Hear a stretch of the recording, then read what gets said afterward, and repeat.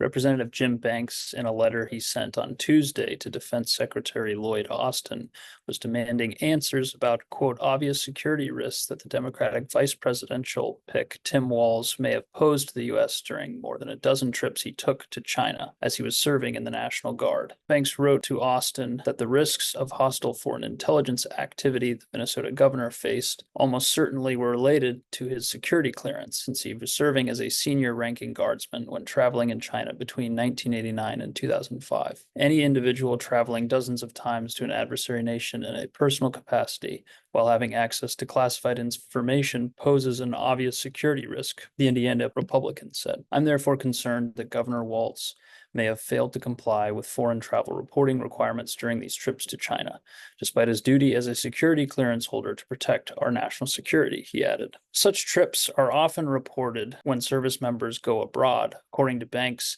and a former member of Trump's National Security Council who spoke with the Post. Brian Kavanaugh said that the measures were designed to mitigate the risk of foreign intelligence activities and ensure that individuals traveling abroad are aware of potential threats. Kavanaugh said that if Walz failed to report or take action on any of the mitigation measures, the risks of him jeopardizing national security were, quote, very real, especially given his tenor and tone towards his time in China. Walz speaks Mandarin and first visited China in 1989 as a college grad, working as an American history and English instructor for the World Teach program in Foshan in southern China. He said when he was interviewed the year after his experience that no matter how long he lives, he will, quote, never be treated that well again. They gave me more gifts than I could bring home. It was an excellent experience. Years later, he would return to China with his wife, and on the 5th anniversary of the Tiananmen Square massacre, the two would be wed. Asked about the decision to be married on that date, his wife said he wanted to have a date he'll always remember, according to a report in The Guardian.